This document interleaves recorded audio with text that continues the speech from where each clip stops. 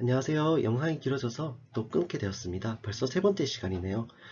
앞서 셀러필드 사례를 보고서 사례를 제가 정리를 해서 보고를 드렸는데요. 이번에는 이제 레인 프로젝트에 대해서 설명을 드리려고 합니다. 자, 같이 한번 볼까요? 레인이 무슨 약자일까요?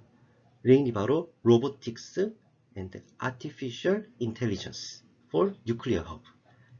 그렇죠. 뉴클리어 허브를 위한 로봇과 인공지능입니다.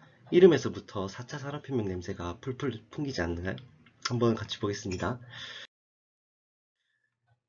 개요로는 설립 배경으로는 이제 원자력 운영 분야에 발전된 로봇 기술과 인공지능을 개발하여 적용하기 위해 프로젝트 전체로 설립됐대요.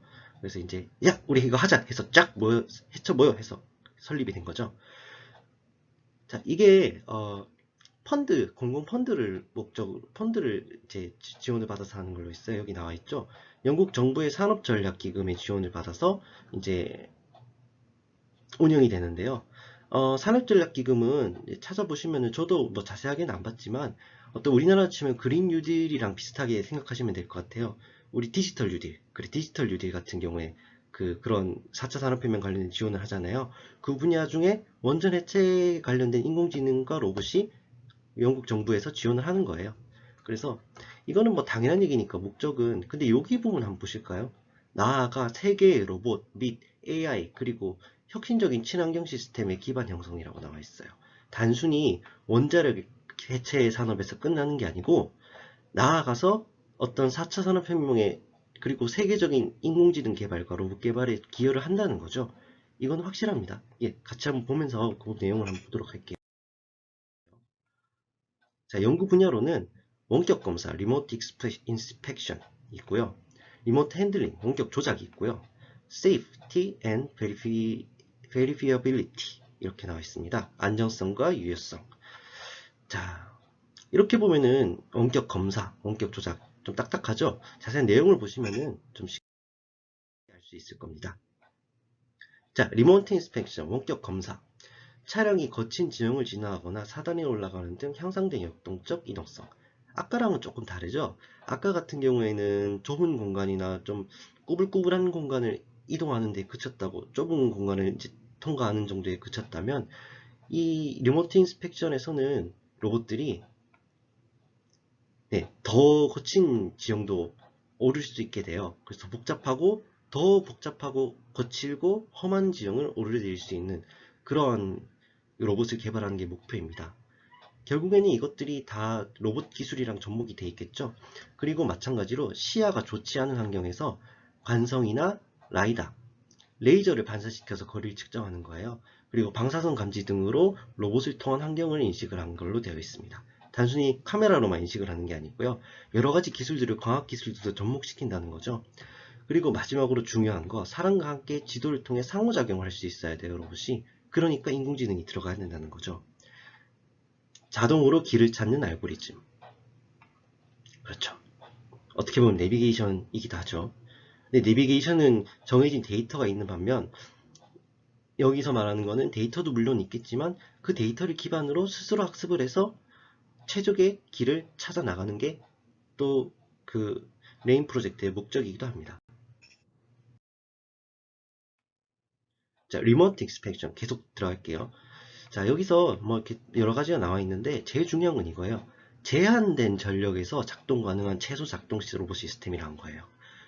한번 보내면은 충전을 다시 왔다 갔다 자주 만지고 이러면 좋지가 않잖아요. 불편하기도 불편하지만 피폭 위험도 있고 여러 가지 불편하기 때문에 제한된 전력 하에서 오래 쓸 수 있는 게 굉장히 중요하죠. 한번 쓰고 쭉 쓸 수 있게. 그래서 최소 작동 로봇 시스템 이것이 굉장히 중요합니다. 자, 리모트 핸들링입니다. 텔레로봇이라고 들어보셨는지 모르겠네요. 텔레로봇이 원래는 이제 업무를 원격으로 제어하기 위해 이용되는 로봇이에요. 그래서 뭐 예를 들면은 그 뭐가 있을까요? 예를 들자면은 이제 자동차가 있으면은 자동차가 이제 사람이 없는 무인 자동차라 생각을 하는 거예요. 그러면은 손짓을 이렇게 해주면은 우측으로 가고 이렇게 해주면 좌측으로 가고 이런 식으로 핸들을 자동으로 돌린다든지 이런 식으로 사람과의 소통이 돼야 되겠죠. 나와 로봇과의 소통이 돼야 되는 겁니다. 그래서 여기서 제스처를 활용한다고 나와 있어요. 가장 직관적이죠. 말은 발음이나 이런 걸 인식하는 데 있어서 문제가 여러 가지가 발생할 수 있는데 제스처는 확실하거든요. 배우기도 쉽고 언어라는 거는 로봇이 아무래도 좀 한계가 아직은 있는데 발음 전달도 정확하게 안 될 수가 있고 하지만 제스처는 확실하게 인식이 되기 때문에 빠르고 쉽게 작업을 직관적으로 전달할 수 있게 돼요.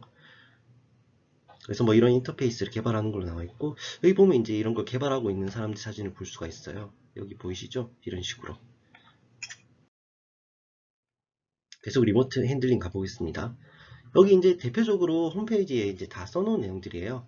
이와 같은 물질의 더미를 제거해라. 가장 높은 수준의 방사성 물질을 찾아서 알아서 처리해서 비구역에 보관해라 등의 추상적인 수준에서 작업을 소통할 수 있어야 돼요. 그러니까 단순한 소통만 되는 로봇이 아니고 스스로 생각하고 스스로 학습할 수 있는 그런 정도의 고도의 인공지능이 필요하다는 거죠. 그래야지 이제 사람과의 소통이 되고 작업의 효율이 증대되고 안정성도 보장이 되는 거예요. 온전 해체라는 게 특징이 그렇잖아요. 그리고 특히 로봇이 최근 끝마치 활동이나 업무를 사람이 읽을 수 있는 언어로 내추럴 랭귀지라고 나와 있는데 자연어죠. 그러니까 컴퓨터 언어로 막 정리를 해놓으면 코드 해놓으면 전공자들 아니면 알 수가 없잖아요. 그래서 모든 작업자들, 현장 작업자들도 다 알 수 있게 그렇게 할 수 있는 것이 레인 프로젝트의 목적입니다. 그리고 훈련 개발, 그렇죠. 훈련도 개발을 해야 되죠. 이제 작업자들이 한계가 있기 때문에 이런 아까 제스처라든지 여러 가지 사용법 기본적인 이런 거를 매뉴얼을 개발을 해야 된다는 거예요. 이게 이제 대표적인 여기 사진에 나온 게 대표적인 그 원격 로봇이거든요. 아직 개발 단계에 있지만 조만간 이제 도입이 되지 않을까 그렇게 생각하고 있습니다.